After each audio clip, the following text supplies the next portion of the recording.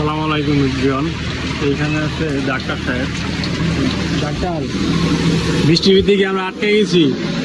হ্যাঁ, হ্যাঁ, আমরা আসলে আটকে গেছি বৃষ্টির ভিতরে। ডাক্তার আমার একটু আগে জিজ্ঞাসা করে যে তুমি হাসতেছো গেলে একা। তো আমরা আসলে এই বৃষ্টির ভিতরে আটকে গেছি, কিন্তু আমি হাসতেছি গেলে মেন কাহিনী হচ্ছে এটা হচ্ছে ঈদগার মাঠ। হ্যাঁ, এই দেখেন ঈদগার মাঠ। তো এই ঈদগার মাঠে নামাজ পড়তাম ছোটবেলা, আর এটা হচ্ছে সাপ্তিবাড়ি ডিগ্রি কলেজ মাঠ। এই মাঠে আসলে খেলনা বিক্রি হইতো, এই মাঠ থেকে খেলনা কিনতাম। আর এই পাশে একটা আমি যখন আর কি ছোটবেলা যে সব আমি ঈদ আর কি এই মাঠে পাইছি সেগুলোর কথা বলতেছি। পাশে একটা মানে ছিল আপনার মাঠ ছিল, ফাঁকা মাঠ। এই ফাঁকা মাঠ থেকে খেলনা কিনতাম, ফোন কিনতাম, ফোন মানে আপনার প্লাস্টিকের ফোন, নাম্বারে টিপ দিলে যে বাঁচত, এটা তো বিষয়টা বুঝতে পারতো। তো ডাক্তার আমার জিজ্ঞাসা করতেছে কই তুমি একা একা হাসতেছো গেলে, ডাক্তারের সাথে বৃষ্টিতে আটকা পড়ে গেছি।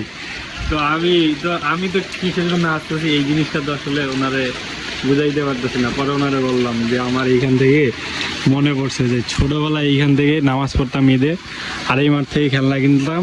আর এই পাশে একটা খোলা মাঠ ছিল, এই খোলা মাঠ থেকে খেলনা কিনতাম।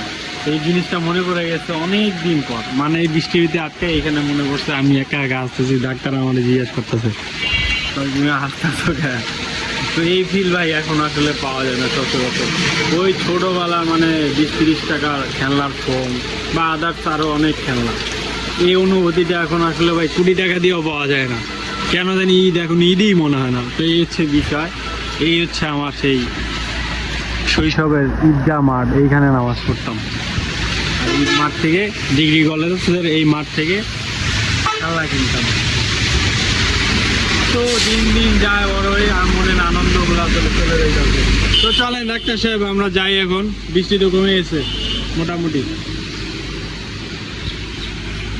ভালো থাকবেন, আল্লাহ হাফেজ, আসসালামু আলাইকুম।